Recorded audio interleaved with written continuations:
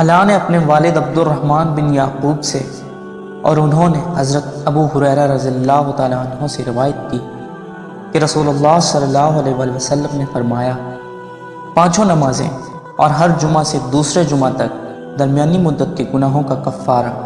ان کو مٹانے والے ہیں جب تک کبیرہ گناہوں کا ارتکاب نہ کیا جائے۔